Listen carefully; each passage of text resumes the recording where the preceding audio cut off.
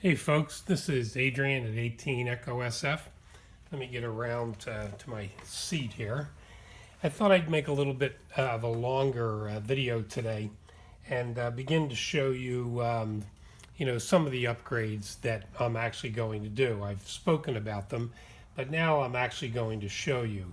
And the first one that I'm going to do, I've already done, but I'm going to change it out again.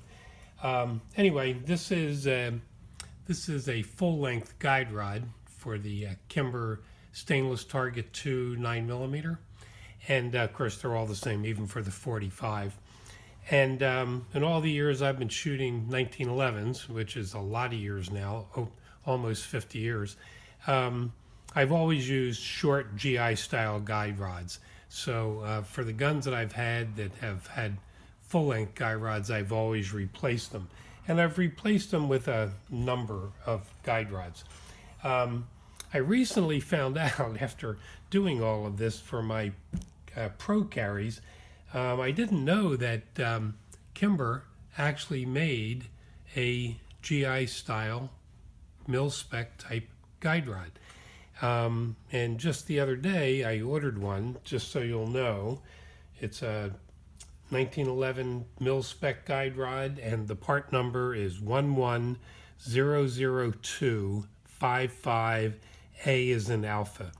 And I think it was like $19.95 or $14.95. I think it was $14.95 and almost $10 shipping. 24. I think the total was $24.90.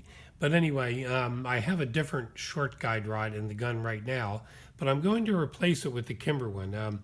I love staying with kind of stock parts from a manufacturer if possible. So now that I found out they have one of these, I'm actually going to change it out.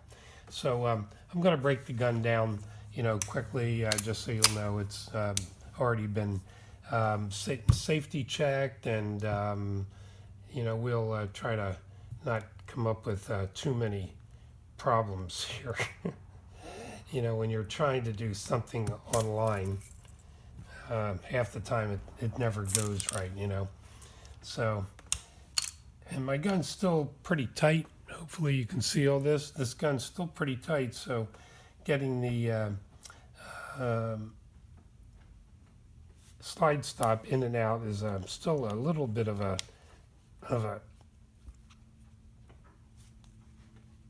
game, But anyway, there it is. So I'm not going to take it. I'll just take it down that far just to show you. And I thought this was pretty interesting. This is the Wilson Combat GI style guide rod. Now, this is the Kimber one. And you'll notice, and I did notice this even before. Let's see if I can get this. The head of the Wilson Combat one is actually smaller than the Kimber one by a little bit, and the length is also you'll see, I'll get these up here, and the length is also shorter. Now this one was really designed for a commander length gun, so I decided to put this one back in. So now the Wilson one, I also want to tell you, if you can see this is made out of a single piece of bar stock, and the Kimber one, you'll notice up here, is two-piece actually.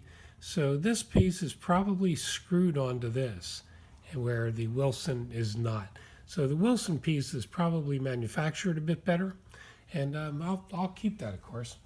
So let's just get this thing put back in here, and don't need much. Just use a little bit of one of my favorite products, by the way, is Rand CLP. If you've never used it, you might want to give it a try. It's a CLP, and it's great for cleaning guns, and I don't use it much for lubrication, a little bit, but anyway. So we'll pop this guy back in there. Hopefully the gun will go back together as good as it came out. We'll see, you just never know. Okay, so, and as you can see, there's the short GI style guide rod.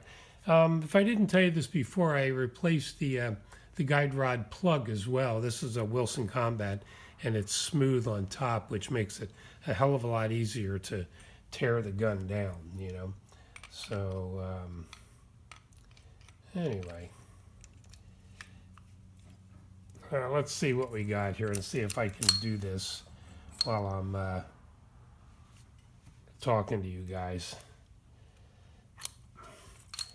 And of course, on 1911s, this is the single most difficult part. And you know, just after taking it apart a few times, it seems to be working perfectly. You know, getting that back in, it's always a kind of a guess as to whether or not that's going to work. You know, so.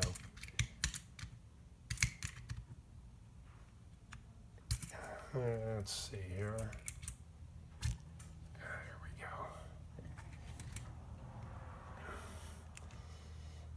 go. And sorry for the quiet, but we'll just get that down. And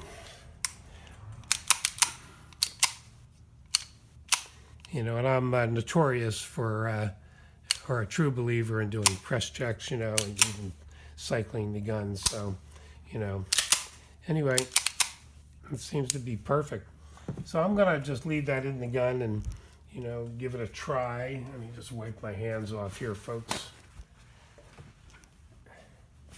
And again, you know, you can see the package. Kimber, right from Kimber. And whether this pops up or not. Anyway, it says 1911 guide rod mil-spec. And I gave you the part number. Again, 11002555A is an alpha. And, you know, this one I know will shoot just as good as, you know, the other one that was in there. But again, like I said, if I can use kind of stock parts, then I do. So, you know, and I like Kimber a lot. I've owned a number. I think I told you I had 4 pro carries. And, you know, which is the commander length, you know, gun, which I normally shoot. And they do make a 9mm version, which I would have absolutely bought. But here in California, you know, this ridiculous kind of commie state that I live in, you cannot get certain guns. And of all things, they make same guns available at different times that are approved and other ones that are not. I'll tell you a little interesting story. So again, this is a stainless target too. This gun in 9mm comes either with the target sight or in the stainless 2 9mm with a combat sight. And in the state of California, the only one that's approved, believe it or not, is the one with the target sight. Just because the other one has a combat sight is just kind of crazy. So anyway, so that's kind of the first, well, you know, one of the first of 2 changes that I've made. The grips, my VZ grips, which again are very, very nice. If you've never used VZ grips, you may want to check them out. They're my absolute all-time favorite grips. And this is a different model than I had before, but I like these. They're aggressive enough here, right where your fingers grip, and nice and smooth up here. So I just happen to really love, you know, their products. And you know, and I'll show you this. I'm not going to put this in today, but I did tell you about this. Just take it out of my little baggie. This is the manual safety from a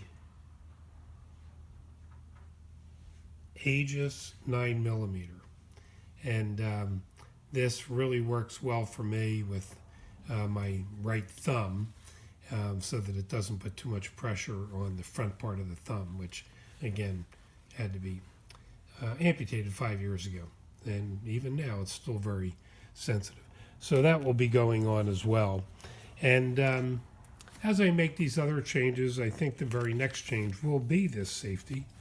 And I may do that in I'm going away for a couple days, but after I get back next week, and I like to make changes, go shoot, make more changes, go shoot. I try to make one change at a time, which I think is a good, safe way to do things. So, anyway, um, after I shoot this gun, clean it up, put the other safety in, I'll make another video and I'll show you my new thumb safety as well. And then after that will be the installation of the Dick Heine rear sight. I'm going to remove that target sight, which I absolutely do not like at all. And well, I'll have two of those sitting around here, the one from my wife's gun and the one from mine. So anyway, I'll talk to you next week probably after I go through this, making the change for the thumb safety. If you have any questions, any comments, you don't like what I'm doing, put it down below. You kind of know the drill now on YouTube. So stay well and safe out there, folks, and keep looking over your shoulder. We're in pretty dangerous times right now. Take it easy.